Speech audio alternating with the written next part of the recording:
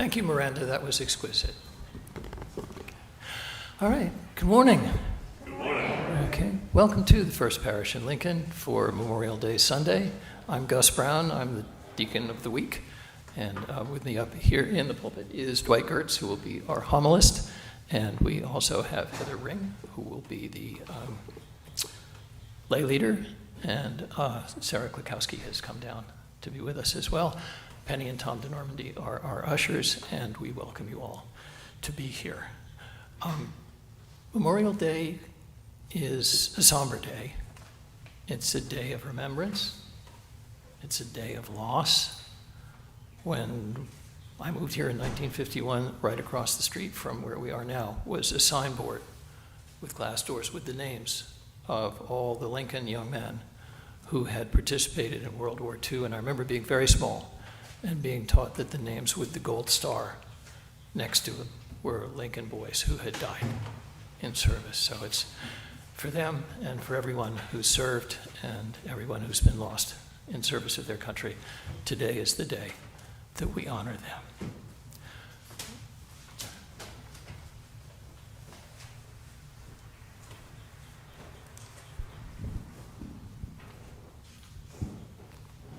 Good morning, church. Good morning. It is good to be with all of you this morning, especially on a Sunday like this one, after a week like we have had in this country. I invite you, before we get into the rest of our service, to just pause together. Close your eyes as you feel comfortable and take a deep breath. And notice, after a week like this one, what comes up for you as we have borne witness once again to yet another act of extreme violence, the loss of more lives, young lives in this country. What comes up? What do we bring together as we gather and worship?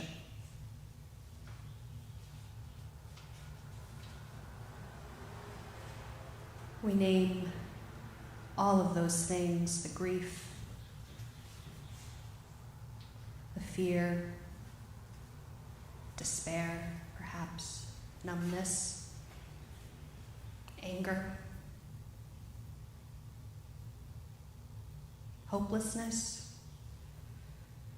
or perhaps hope and faith that maybe this time things will be different, maybe this time things will change. If only we collectively have the courage and the will. So as we gather for worship, as we name these things that come up, that we carry together into this sacred space, may we gather these things together and place them on our collective altar as we pause in a spirit of prayer. Spirit of justice, of comfort in the midst of deep loss, we gather together to remember those that we have lost far, far too soon. We lay together these things that we are experiencing and feeling collectively on our altar, and we light a candle this morning in remembrance of lives that have been taken, children, teachers, at the hands of extreme violence. And we ask, as we gather in worship, that the one who makes all things new hold them and their loved ones in loving arms. May all that we bring together be transformed into an energy for change. May the one in whom the dead find their peace wipe away every tear from our eyes. May the blessing of the God of love hold each and every one who have loved and lost until the day when all things may be made new. And may they be made new through us. Amen.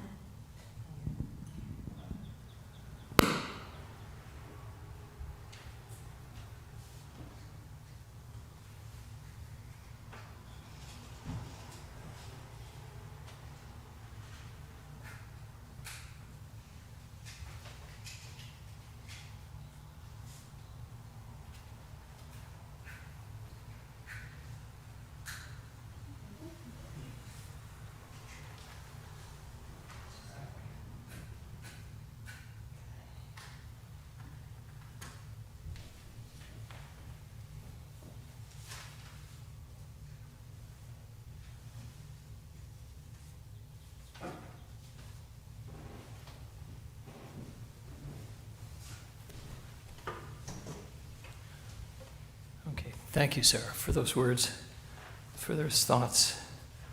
Let's see. Opening words are in your program. It's from In Troubled Times by Stephen Schick. From the loneliness of troubled times we come. To discover that we are not alone. Into the dwelling place of togetherness we come. To collect remnants of hope. From fear that all is lost we come.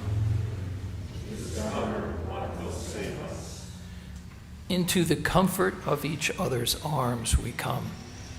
To feel the strength that has not yet vanished. From darkness we come. To wait until our eyes begin to see. Into the refuge of fading dreams we come. To remove illusions and focus in visions. From despair that walks alone we come. To travel together. Into the dwelling place of generations we come. To pledge allegiance to being peace and doing justice. Okay. And the opening hymn, This Is My Song, is not number 129, which is on your program. It's number 159.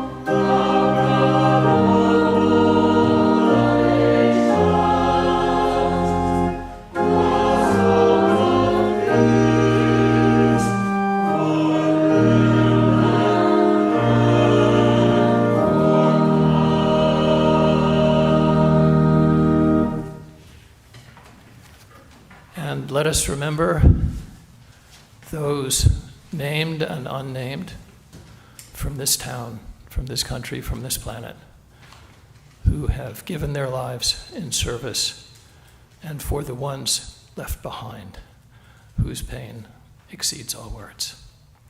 Amen.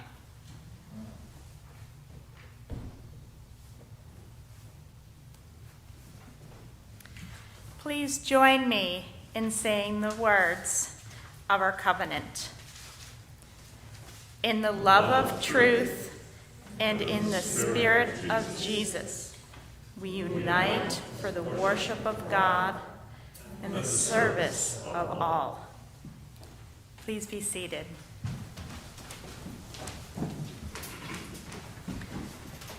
Our first reading this morning comes from Peace in the Heart from Lao Tse. If there is to be peace in the world, there must be peace in the nations. If there is to be peace in the nations, there must be peace in the cities. If there is to be peace in the cities, there must be peace between neighbors. If there is to be peace between neighbors, there must be peace in the home. If there is to be peace in the home, there must be peace in the heart.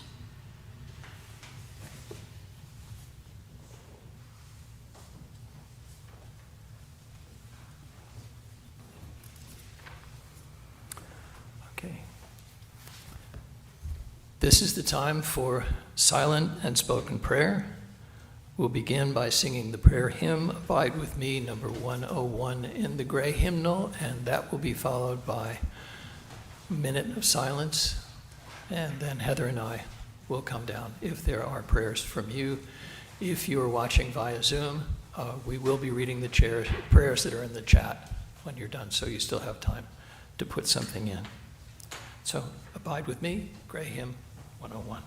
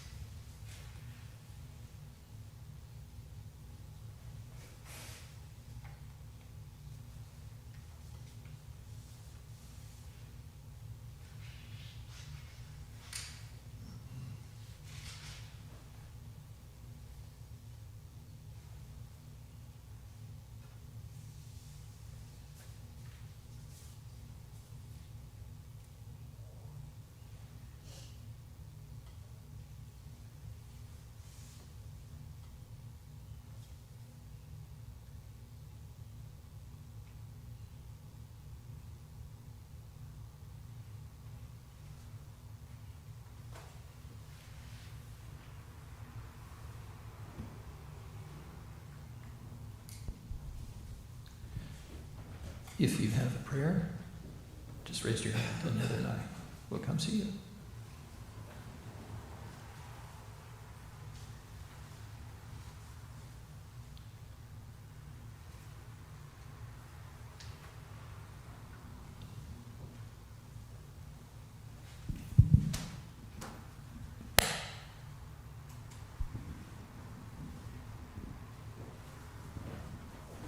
I just would like to please send our love and support to all the families in Texas who are mourning, and to send wisdom to all those who make decisions about the welfare of our country going forward.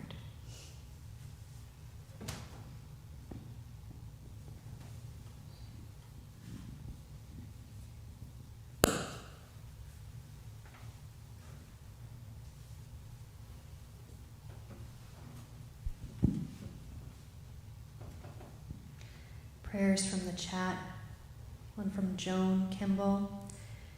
Prayers for Uvalde, Texas, the teachers and children and their families, and for all the other victims of senseless mass murders in recent years. May our hearts be open, and may we find ways to end this continuing murder of innocents so that families and people can be safe. From Mary Helen, prayers for the families of those who have lost children too soon. From Sarah Cannon Holden, I pray that we can restore a sense of decency and trust in this country.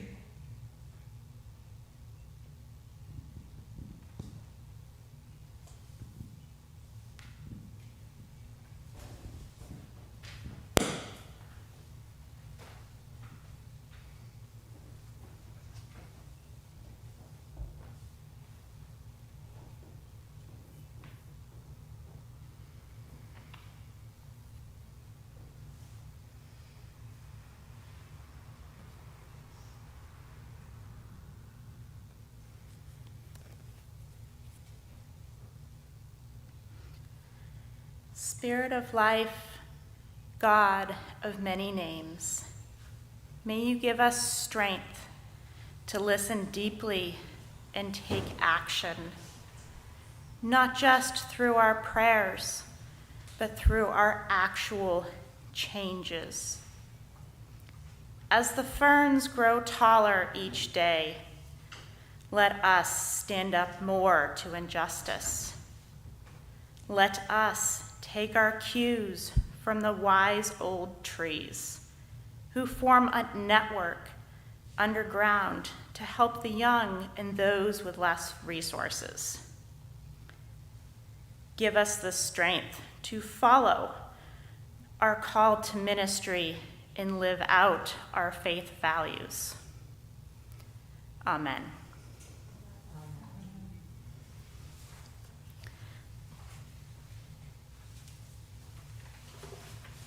And now our unison prayer, a network of mutuality by the Reverend Martin Luther King, Jr. We are caught in an inescapable network of mutuality, tied to a single garment of destiny. Injustice anywhere is a threat to justice everywhere. There are some things in our social system to which all of us ought to be maladjusted. Hatred and bitterness can never cure the disease of fear. Only love can do that.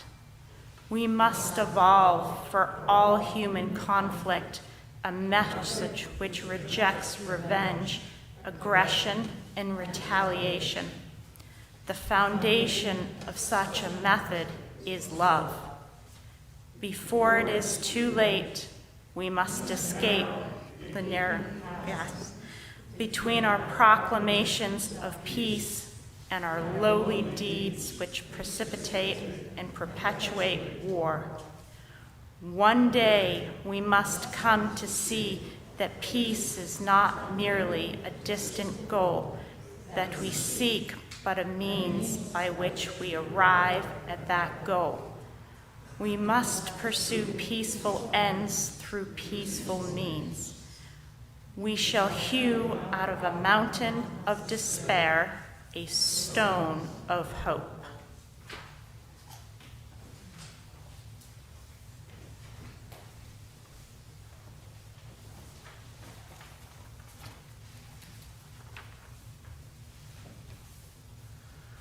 All right. And it's time now for the offertory. The ushers will come forward, and please share the plates with the people. Thank you.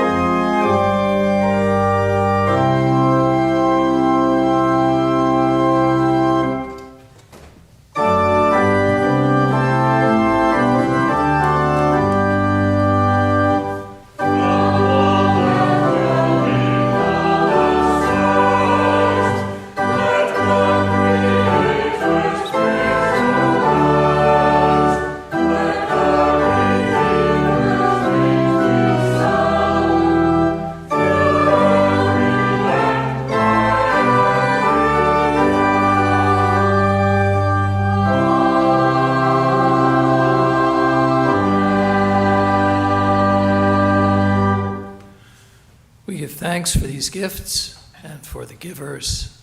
May they be used wisely and well. Amen.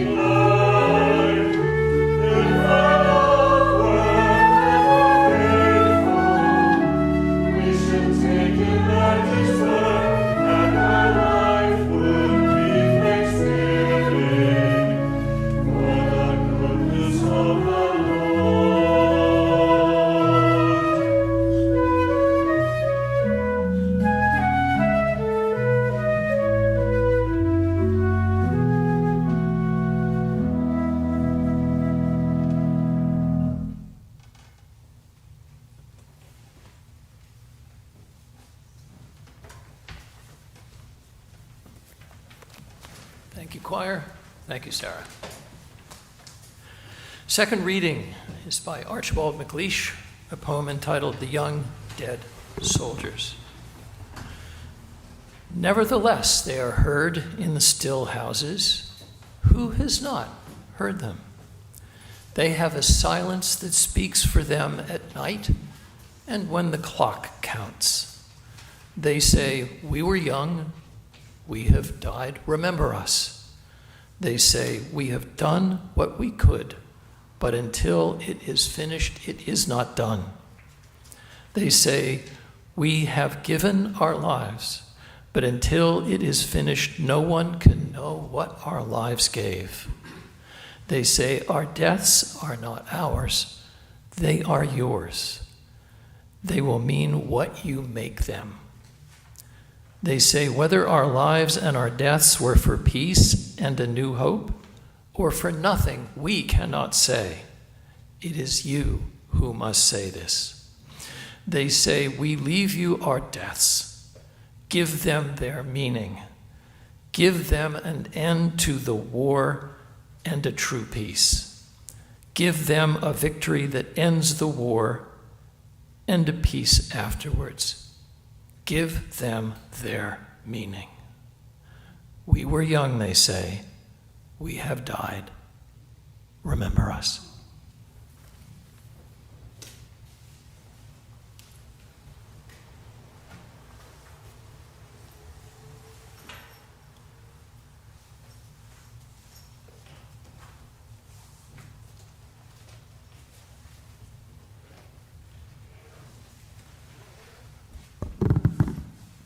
Thank you, Gus. Today is a difficult day for a conversation about violence and its victims, about war and peace. A year ago, on the Sunday before Memorial Day, the focus of our worship service was on the past, on the men and women we have lost in war, and because we are a people of faith, on the lives that we have taken that belong to men and women of other nations who were our enemies. This year, war and peace are not historical issues. Violence, war, and threats of violence and war cast a dark cloud over our emotions and fill us with doubts about the future. The Russian invasion of Ukraine 94 days ago has us watching videos that look like the newsreels my parents watched in 1939 as Europe descended into war. Watching CNN, I saw that at least one of my friends with military skills, a Yale administrator, has traveled to the Ukraine to volunteer to fight. And I suspect that when secrecy is lifted, we'll find out that we all know someone who's done that. Religious response to this war has been disturbing. Patriarch Kirill I of the Russian Orthodox Church has declared that God is on the side of the Russians. In a newspaper interview after a testy conversation with the Patriarch, Pope Francis called Kirill Putin's altar boy. As the conflict appears to have become a stalemate, Senator Mitt Romney, once my boss in business, wrote last week in a New York Times op-ed column that we need to take seriously the possibility that Russia's response to stalemate might be to use a nuclear weapon. Another wise and experienced person, Henry Kissinger, has suggested that the government of Ukraine should cede more of its land to Russia in exchange for a promise of no further invasions. You don't have to have done very well in your history classes to make that sound like Munich in 1938, where we were promised, or our parents were promised, peace in their time in return for a deal like that. Kissinger has to see the irony in what he's saying. Meanwhile, less visibly, on the other side of the world, in another series of troubling events, diplomats and military leaders from China, India, Australia, Japan, and the United States are chasing each other around the South Pacific in a multiplayer chess match triggered by China's offers to establish military alliances with the island nations of that region. At home, In the land that the dead we mourn tomorrow died to protect, another school has become a battleground. And a former senior official in our national government has posted on social media speculating on the possibility of a civil war. In our own community, harsh words are being exchanged in online forums, forcing moderators to shut off discussions. I guess that we have to face up to the fact that the sad truth is that the history of our species is a history of disagreement and violence, and these times are not different. Stephen LeBlanc, a retired archaeologist at Harvard, once asked his professional acquaintances around the world to look for evidence of violence in the human remains they were unearthing in their digs. The accumulated response was that 15 to 25% of males and 5% of females appear to have suffered from injuries that a 21st century coroner would say were most likely incurred through acts of violence. It appears that peace is the exception, not the rule, in human history. Although the Bible has numerous calls for peace, it is full of violence. We're only in Genesis chapter 4 when Cain kills Abel. That's on page 3 of the 1,072 pages in the Revised Standard Version that we give to our children. Secular history isn't very encouraging either. As an undergraduate, I took an anthropology course from Leopold Pospisil, who had lost his Czechoslovakian homeland to German invaders as a teenager. We approached him during a campus moratorium in protest over the war in Vietnam for his comments. He responded with a challenge. He asked us to identify a people anywhere on the planet who had totally nonviolent customs and had survived contact with a threat. We searched far and wide. He said he'd done the same thing as a young man after the Second World War. The only group he could find who fit that description were a people called the Moriori, who lived in what we now call the Chatham Islands in the South Pacific. These people had lived there peacefully for about 300 years, with no traditions or customs of violence. When, in 1835, according to Pospisil, Christian missionaries who were seeking to convert the Maori people of New Zealand, several hundred miles away, held up the Moriori as an example of people who did not have warlike customs. He said they didn't even have words for violence in their language. Maori leaders promptly organized an expedition to the Chatham Islands and killed all but a handful of the defenseless inhabitants.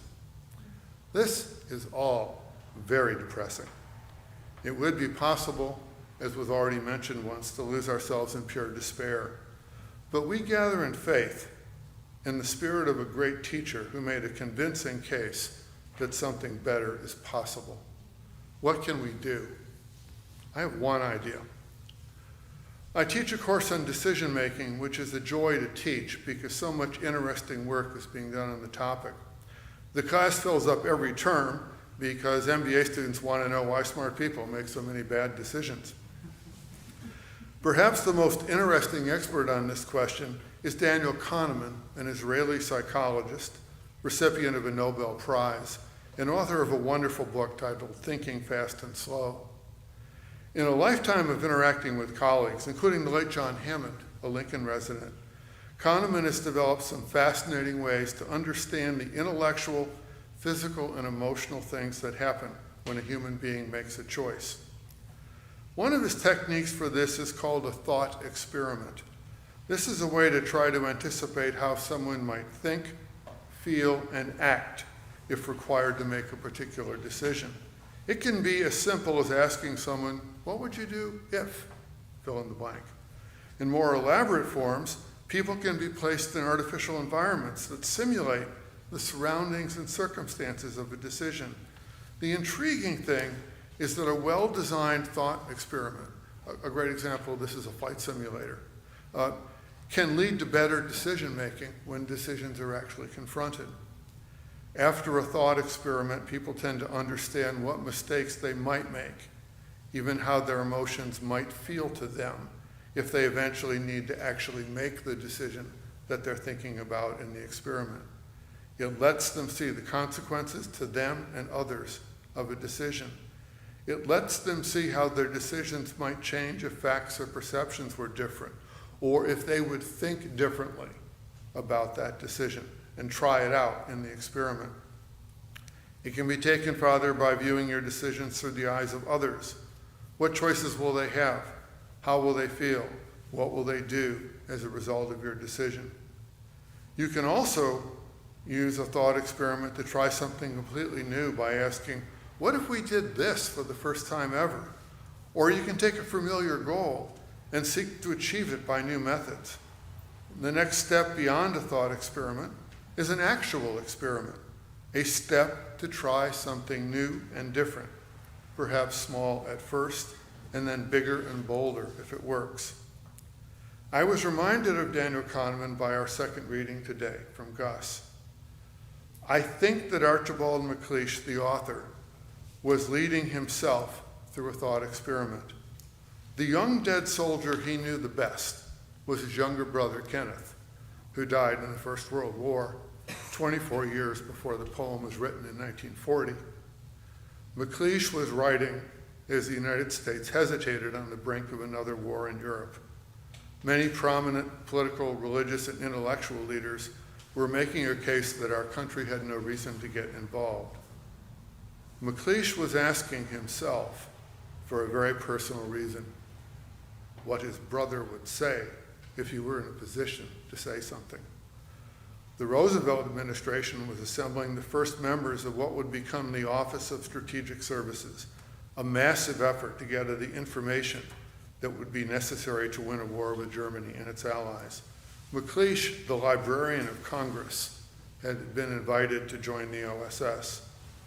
His personal thought experiment was to ask, what would my brother say?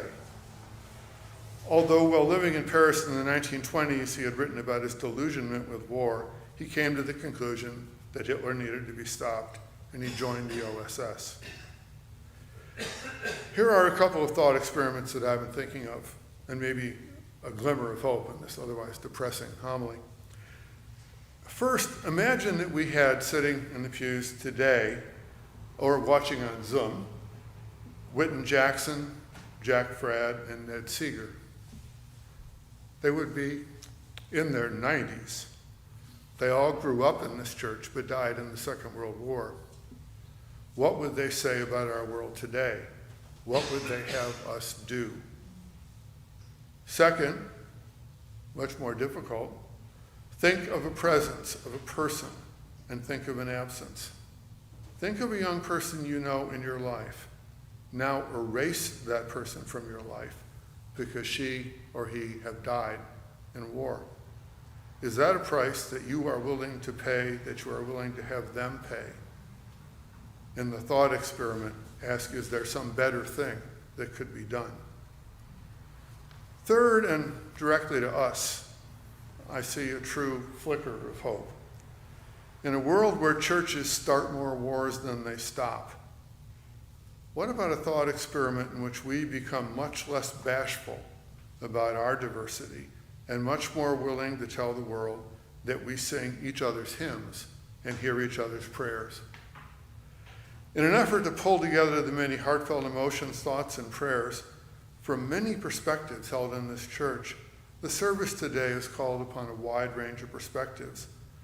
We will need to understand, respect, and accommodate this diversity if we want to have any hope of finally eliminating the tendencies toward violence that have been a scourge throughout human history. And we know that at times we can make this work here in our little town, in our little church, through thought experiments, real experiments, success and failure. We have been working on this since the two theologically opposed churches in town, here and there, both called the same minister to serve them together to lead a process of reconciliation and combination to repair a 100-year-old schism. Lots of New England towns like us have two churches on the town green, one Unitarian and the other Congregational, within sight of each other. We still have two buildings in sight of each other, but we have one church. In a world of increasing division, can we first experiment in our thinking and then experiment in our actions to model collaboration and peaceful acceptance of differences. There are already some really interesting things happening in this congregation. Our anti-racism group has reached far outside the congregation to accommodate a variety of individuals and people in the town. We have worked with the Catholic Chapel for the food pantry. Our FPL Green effort has partnered with people and organizations outside our walls to increase their reach and effectiveness. So here's the homework. Try your own thought experiment. What could we do or say as a congregation that would move the world one step closer to peace and justice? If we could talk to one of McLeish's young dead soldiers, could we say that we are closer to accepting the responsibility that we have to get closer to owning the lives that they gave us? I'll give a tiny example of crossing a chasm. My raised Catholic father would appreciate a confession. I once thought I faced an unclosable chasm of perception with a new minister of our church. My wife Jenny, who's watching on Zoom and probably cringing at this moment, remembers that we were on a sailing trip in Maine and we stopped off at the Donaldson compound on Isle of Ho. I see a couple knowing grins up there from the choir loft. And a member of the search committee that summer happened to be a guest of the Donaldsons. I'll leave her alone because this could be grounds for prosecution. She, at dinner, handed me a folder and said, "This is our new minister." But you can't tell anybody. And she figured, it's kind of nice to know, and she wanted to share the excitement with me. So I opened the folder and my heart sank. It was this long, emotional confession of a man who never got along with his father and his grandfather and spent his life in agony over rejecting their values. And had been, at the same time that I was in the Navy, willing to go to jail as a pacifist. He had worked in a jail for draft resistors. And I thought, this is it. I'm out of here. I can't possibly see how this person, this Roger Payne, and I could ever get along. We bonded over the closing hymn today. When he admitted that the hymn I think of as the Navy hymn, sung at memorial services and before a voyage in hope of a safe return, was his favorite hymn. Now, let's be clear. I do know that it is patriarchal, Trinitarian, and vaguely bellicose, or 3 strikes and you're out. But I bonded with Roger, a committed seeker of peace, when he put this hymn into the order of worship one Sunday because it reminded him of his father's safe return from the sea. So, if I can learn to love Roger, we can all learn to love each other. And then we can show the world that we can be different, hold on to our differences and our unique nature, and be a model of what the world needs, which is more and more examples of peace. And that's all I have to say. And our closing hymn is 429 in the red hymnal.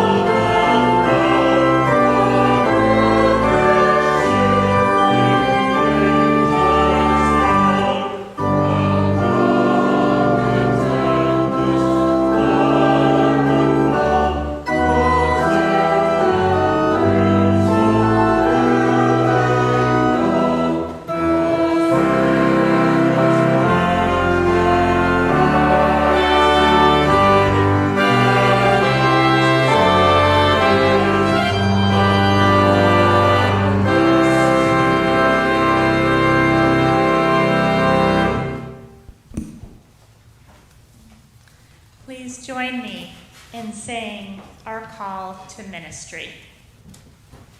We go forth from the worship of God to be faithful to the vision of Jesus, to affirm each person's dignity, and to cherish the living earth. Weeping with God is sacred work. The divine is in no hurry to rush past loss of life or to normalize fear and violence. So go, knowing that whenever your grief or your anger or your fear returns, God is there with you. This community of faith and love is there with you. Go in the peace and the courage of having named the truth of what it is as we bear witness to what can be. Amen.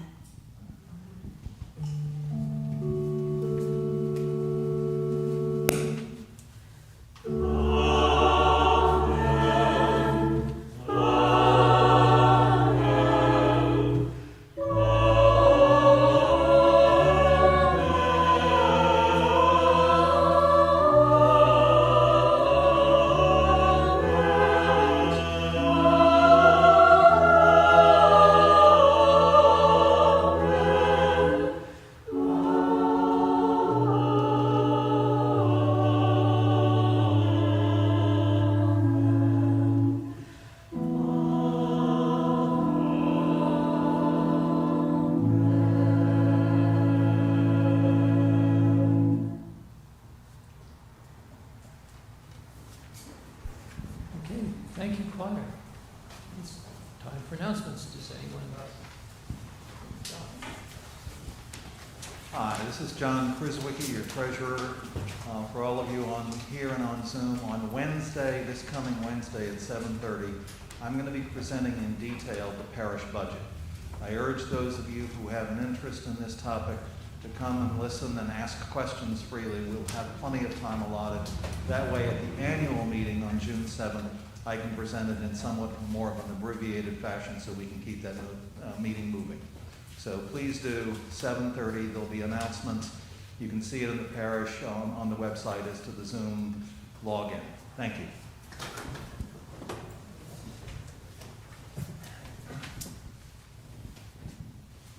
Hi, this is Jane from Launch, and just a reminder that we are doing a celebration of our beloved Jenny to let her go on Friday, June 10th from 6 to 8 p.m. Here in front of the Stearns Room. If it is raining, we are going to be doing it on her last sermon day, which is the 12th. After church, again out here. It is a cocktail party, and we are requesting very kindly and lovingly no hugs for Jenny and her husband, because they are on a countdown to try to make their way to Scotland shortly after she leaves us, and we don't want to get in the way of that. So just a reminder of that, and thank you. other announcements?